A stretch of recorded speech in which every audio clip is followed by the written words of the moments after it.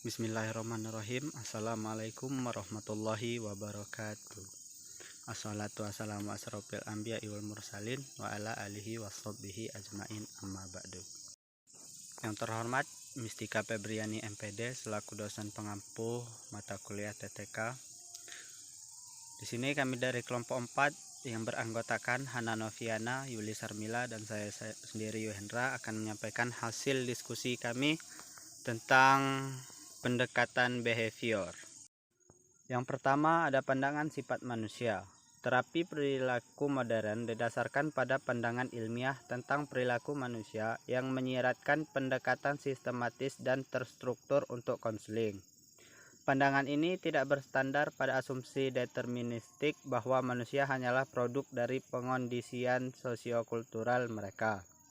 3 karakteristik kunci dari terapi perilaku dijelaskan di bawah ini. 1. Terapi perilaku didasarkan pada prinsip dan prosedur metode ilmiah. 2. Terapi perilaku berurusan dengan masalah klien saat ini dan faktor-faktor yang memengaruhinya. Yang ketiga, ada klien yang terlibat dalam terapi perilaku diharapkan berperan aktif dengan melakukan tindakan khusus untuk mengatasi masalah mereka.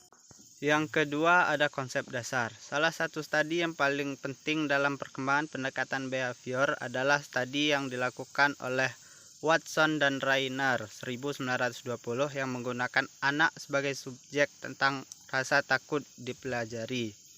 Saran-saran penelitian ini menjadi teknik-teknik inti dalam konseling behavior. Penggunaan istilah behavior konseling pertama kali dikemukakan oleh Krumboldt dari The Stanford University pada tahun 1964 pada dekade 1950-an. Ciri-ciri utama konseling behavior yang dikemukakan oleh Krumboldt 1965 adalah sebagai berikut. Yang pertama ada konseling merupakan proses pendidikan, kedua teknik dikrit secara individual, dan ketiga metode ilmiah. Modifikasi perilaku memiliki kelebihan dalam menangani masalah-masalah yang dialami oleh individu. Yang pertama, langkah-langkah dalam modifikasi perilaku dapat direncanakan terlebih dahulu. Rencana ini dapat dibicarakan bersama konseli.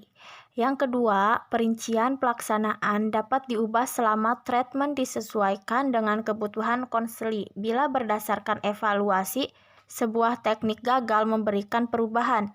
Yang ketiga, teknik-teknik konseling dapat dijelaskan dan diatur secara rasional. Yang keempat, waktu yang dibutuhkan lebih singkat. Dalam memahami tingkah laku, terdapat beberapa model tingkah laku yang dipengaruhi oleh teori-teori psikologi. Model-model tingkah laku tersebut antara lain yang pertama, ada model psikodinamika. Yang kedua, model biofisik. Yang ketiga, model lingkungan. Selanjutnya, tujuan konseling. Tujuan konseling behavioral berorientasi pada pengubahan perilaku konseli, yang antaranya untuk modifikasi perilaku konseli yang diantaranya yaitu menciptakan kondisi-kondisi baru. Yang kedua, memberikan pengalaman belajar. Yang ketiga, membantu konseli membuang respon-respon yang lama dan menciptakan respon yang baru. Yang keempat, konseli belajar perilaku baru dan mengeliminasi perilaku yang maladaptif, memperkuat serta mempertahankan perilaku yang diinginkan. Yang kelima, penetapan tujuan dan tingkah laku, serta upaya pencapaian sasaran yang dilakukan bersama antara konseli dan konselor. Selanjutnya ada peran dan fungsi konselor. Peran konselor dalam konseling behavioral berperan aktif, direktif, dan menggunakan pengetahuan ilmiah untuk menemukan solusi dari persoalan individu. Konselor behavioral biasanya berfungsi sebagai guru, pengarah, dan ahli yang mendiagnosis tingkah laku yang maladaptif dan menentukan prosedur yang mengatasi persoalan tingkah laku individu. Dalam proses konseling, konselor yang menentukan tingkah laku itu apa yang akan diubah, sedangkan konselor menentukan cara yang digunakan untuk mengubahnya. Baik, selanjutnya akan dilanjutkan oleh rekan saya, yaitu Baik, materi yang selanjutnya adalah tahap-tahap konseling. Tingkah laku yang bermasalah dalam konseling behavioral adalah tingkah laku yang berlebihan atau eksesif, dan tingkah laku yang kurang atau defisit.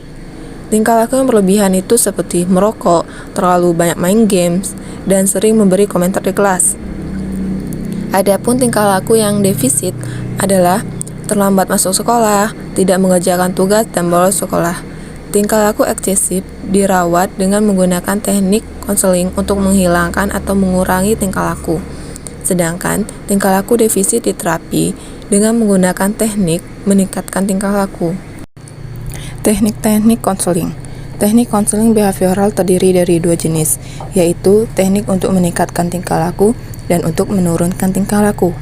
Teknik untuk meningkatkan tingkah laku antara lain penguatan positif, token ekonomi, pembentukan tingkah laku atau saving, pembuatan kontrak atau contingency contracting. Sedangkan teknik konseling untuk menurunkan tingkah laku adalah penghapusan atau extinction, time out, pembanjiran atau flooding, penjenuhan atau satiation, hukuman atau punishment, terapi aversi atau aversive terapi, dan desensitisasi sistematik. Sekian dari kelompok 4, kurang lebih kami minta maaf, pada Allah kami mohon ampun. Kami akhiri. Wassalamualaikum warahmatullahi wabarakatuh.